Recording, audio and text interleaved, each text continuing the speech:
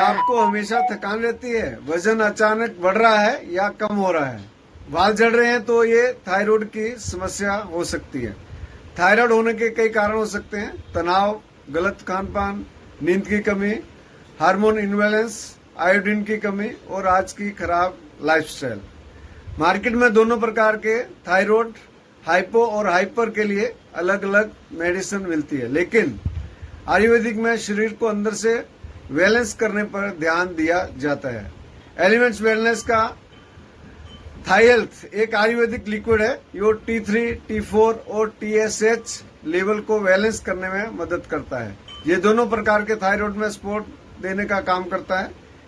इसके अंदर जड़ी बूटियां जैसे कचनार, अश्वगंधा, त्रिफला और शुद्ध गूगल शरीर को नेचुरली सपोर्ट करते हैं।